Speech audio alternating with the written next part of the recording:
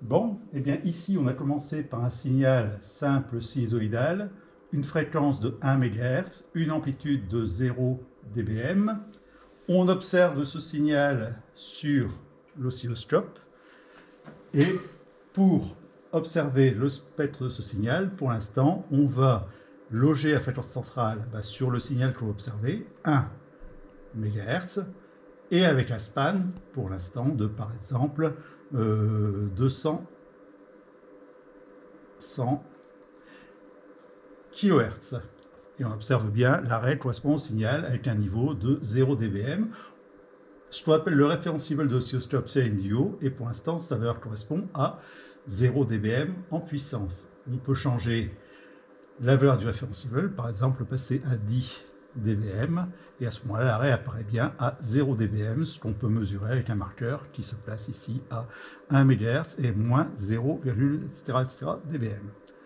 Si je veux une meilleure résolution du spectre, je vais réduire ma bande passante, qui actuellement elle est de 3 kHz, je vais la passer par exemple à 300 Hz. On observe que l'arrêt garde la même amplitude, mais qu'elle est effectivement bien mieux résolue, hein, et que le balayage ralentit. Hein, le balayage est beaucoup plus lent, comme vous disiez, il s'est allé tout seul. On peut changer cette vitesse de balayage. Actuellement, elle est à 764 millisecondes. Si je trouve ça trop long, je peux passer par exemple à 100. Signal, voilà. Continuous, voilà. Sweep mode, revenir à un balayage où je choisis la fréquence, actuellement 20 secondes. Si je la passe par exemple à 100 millisecondes, l'analyseur de spectre m'indique un cal. Et on observe que le niveau du marqueur a baissé à moins 0,34 dBm, la mesure n'est plus valable. C'est simplement à cause du temps de réponse du filtre qui n'est pas respecté. Alors, autre remarque également, je vais revenir à un balayage automatique, hein, et revenir à une bandwidth pour l'instant un peu plus importante, par exemple 1 kHz, une RBW plus importante, 1 kHz. Alors, l'analyseur de spectre, par rapport à l'oscilloscope, présente en plus de ça un intérêt fort intéressant, c'est qu'il est beaucoup plus sensible au très faible niveau qu'un oscilloscope. Par exemple, si je mets ma fréquence d'arrêt, stop frequency, à, non pas 1 MHz, mais par exemple à 11 MHz, je vais pouvoir visualiser les différentes harmoniques de ma sinusoïde. Autrement dit, le fait que ma sinusoïde n'est pas parfaite. Hein. C'est ce qu'on observe ici. L'harmonique à 1 MHz, le fondamental à 1 MHz, la première harmonique à 2 MHz, à 3 MHz, etc., etc., etc. Donc, vous voyez, mon spectre n'est pas parfaitement pur. Bon, néanmoins, il y a quand même près de 60 décibels entre le fondamental et l'harmonique 2, donc c'est quand même quelque chose de tout à fait correct. Alors évidemment, les choses changent si je passe avec la sur un signal carré. Hein. On va lui laisser le temps de refaire un balayage. Donc, bandwidth, bon, 1 kHz c'est bien. Je vais revenir en RBW automatique, voilà. Et là, effectivement, j'ai différentes harmoniques de mon carré qui apparaissent. Bon, là, ici, avec une résolution qui n'est pas extraordinaire, puisqu'on a une RBW de 100 kHz. Si je la passe, par exemple, à 3 kHz, évidemment, ma fréquence est ralentie, la résolution est meilleure. Et je vois même les harmoniques paires qui prouvent que mon carré n'est pas parfait, puisqu'en principe, ça devrait être F, 3F, 5F, etc. Donc voilà pour l'utilisation de base d'un analyseur de spectre.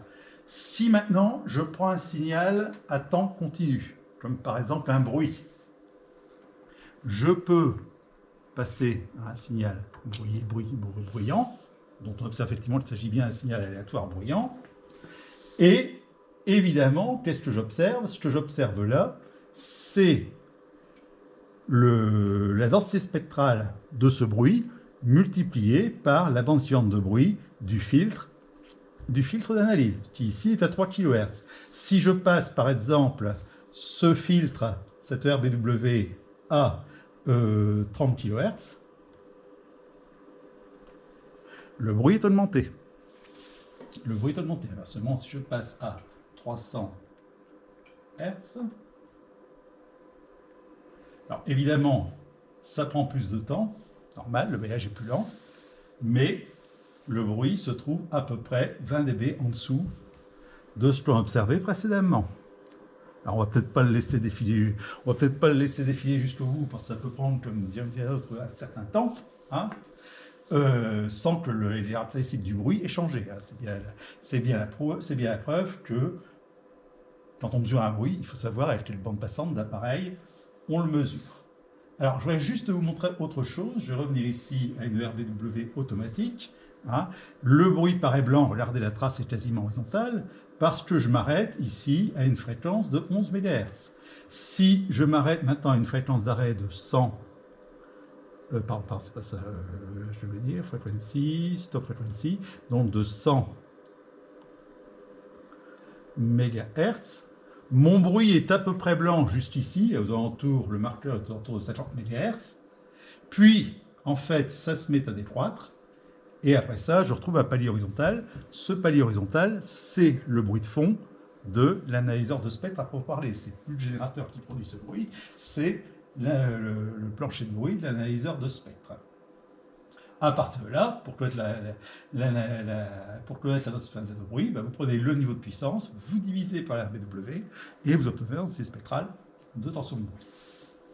Alors, à partir de là, on va pouvoir regarder ce que donne l'analyseur de spectre avec un signal modulé. Donc, voilà. On va revenir en signal sinusoïdal avec un niveau de 0 dBm, avec une fréquence de 1 MHz, et on va se mettre une modulation d'amplitude AM, avec un taux de modulation qu'on va mettre à 50%, le M à 0,5, avec une forme de modulant sinusoïdale, et avec une fréquence, par exemple, elle va être par exemple 5 kHz. On va essayer d'observer ce signal à l'oscilloscope. Alors, pour observer ce signal à l'oscilloscope, ce n'est pas quelque chose de simple, parce que la synchronisation de l'oscilloscope est difficile à obtenir sur un tel signal.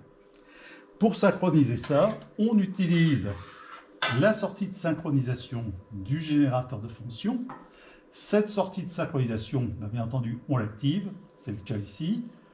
On l'utilise ici, on la branche sur l'entrée de synchronisation externe de l'oscilloscope.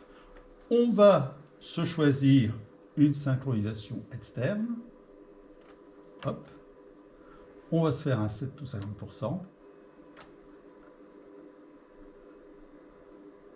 Et ici, menu, source, externe. Voilà, c'est bon, on est synchronisé correctement. Alors, avec les pics de modulation et les creux de modulation, proportionnel à 1 plus M et proportionnel à 1 moins M. Alors, si on regarde ce signal du point de vue maintenant spectral, je suis toujours centré sur MHz, et pour l'instant, je ne vois pas grand-chose. Je ne vois pas les bandes latérales, pour la raison toute simple, c'est que là, en passant dans la souris, 30 kHz. Donc, on est dans l'incapacité de distinguer la porteuse des bandes latérales. Pour les observer, on va commencer par réduire le span, qui est actuellement de 2 MHz. Je vais mettre par exemple 200 kHz. Et surtout, je vais modifier ma RBW en manuel, par exemple en la passant à 1 kHz. Et j'observe bien mon spectre avec mes deux bandes latérales. Donc là, j'ai un modulant, j'ai une modulation sinusoïdale avec mes deux bandes latérales. Si je mets un marqueur,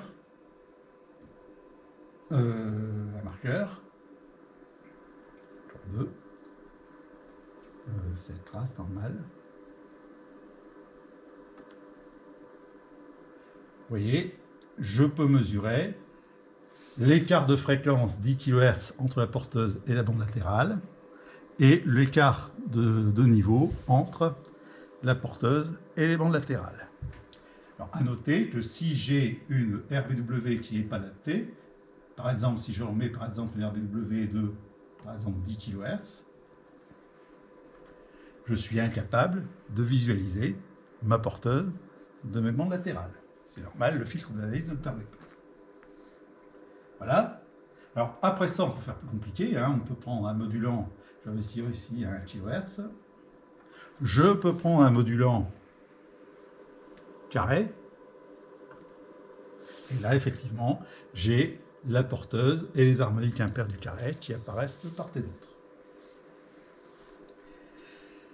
Donc l'idée à retenir sur cet analyseur de spectre, c'est qu'il faut avoir idée du spectre qu'on cherche à observer si on veut pouvoir le régler correctement. Voilà donc ces différentes analyses. Alors je vais rapidement vous montrer également ce qui se passe avec une modulation non plus d'amplitude mais de fréquence. Là, je vais passer à une modulation de type modulation de fréquence avec une forme de modulant sinusoïdal. Une frequency deviation, c'est ce qu'on appelle le delta F, par exemple, on va mettre 20 kHz. Et avec une fréquence du modulant, par exemple, de 10 kHz. Et j'obtiens finalement un spectre typique d'une modulation de fréquence. Et temporellement, finalement, on voit un signal dont un signal sinusoïdal dont l'amplitude est constante, mais dont la fréquence est instable. Donc voilà un petit peu comment ça se passe. Et évidemment, même chose, il faut que le RBW permette de distinguer les différents traits. Actuellement, 1 kHz, c'est bien. Par contre, si je remets 10 kHz, j'obtiens quelque chose de non interprétable. Voilà. Donc, quelque chose de relativement simple. Donc actuellement, par exemple, on a un bêta qui est le delta F 20 kHz sur grand F 10 kHz. Donc là, ici, on travaille avec un bêta de 2. Donc voilà pour la modulation de fréquence. Vous aurez des tracés à interpréter. Alors, il me reste à vous montrer maintenant le modulateur en anneau. Alors, le modulateur en anneau nécessite cette fois-ci un petit circuit externe qui se trouve ici. Alors, son entrée porteuse, c'est l'entrée OL, ou LO, ici. Son entrée signal est ici, et sa sortie se trouve ici, et on peut sortir soit directement, soit à travers un filtre passe-bas qui est représenté ici. Alors, on va se mettre la configuration en place. Entrée IF, entrée OL. Alors, la porteuse est à 1 MHz et avec une amplitude de plus 7 dBm. Là, le modulant est à 100 kHz et avec une amplitude de moins 20 dBm. Et on récupère donc la sortie du modulateur en anneau directement, pour l'instant sans passer par un filtre basse fréquence, et on observe effectivement un signal qui correspond à la multiplication par moins 1 plus 1 plus moins 1 plus 1 moins 1 plus 1 au rythme de 1 MHz du modulant à 100 kHz. C'est ce qu'on observe ici. Du point de vue spectral maintenant, on va aller voir ce qui se passe. Donc on va se placer sur la fréquence centrale de la porteuse 1 MHz et on va se mettre un span réduit par exemple. Par exemple, on va se mettre un span par exemple de 500 kHz de manière à avoir les deux bandes latérales. Et effectivement, on observe une modulation qui n'est pas tout à fait sans porteuse. La porteuse est encore un petit peu apparente. C'est lié au déséquilibre interne du modulateur en anneau, par exemple les enroulements ou les diodes, et les deux bandes latérales à 100 kHz de part et d'autre de la porteuse. Ça, c'est la première chose. Alors, simplement, comme on a finalement la forme de la modulation d'un carré par une sinusoïde, on va également retrouver cette même forme de spectre autour des différents traits spectrales du modulant du carré. Par exemple, si je fais le carré, je mets la fréquence centrale à, par exemple, 11 MHz.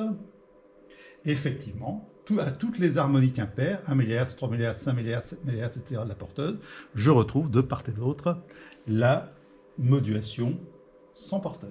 Alors, si maintenant je veux récupérer non pas une modulation d'un carré par une sinusoïde, mais une modulation d'une porte sinusoïdale par une sinusoïde, ben, il va me suffire de passer par un filtre passe-bas qui va m'éliminer les composantes haute fréquence du carré. Si je passe cette fois-ci par le filtre passe-bas,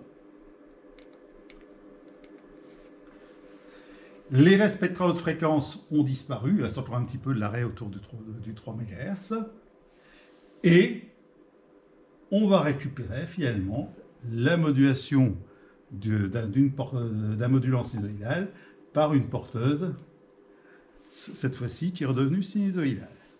Voilà, donc les différents tracés que vous avez dans la notice du TP ben, ont été tirés de ce genre de manip et on vous demandera à chaque fois un certain nombre d'interprétations, notamment en matière d'amplitude, de taux de modulation, de largeur de bande quand vous étudierez la FM et de retrouver les principaux, de comprendre les principaux résultats qu'on vient de vous présenter. Voilà, bon courage et bon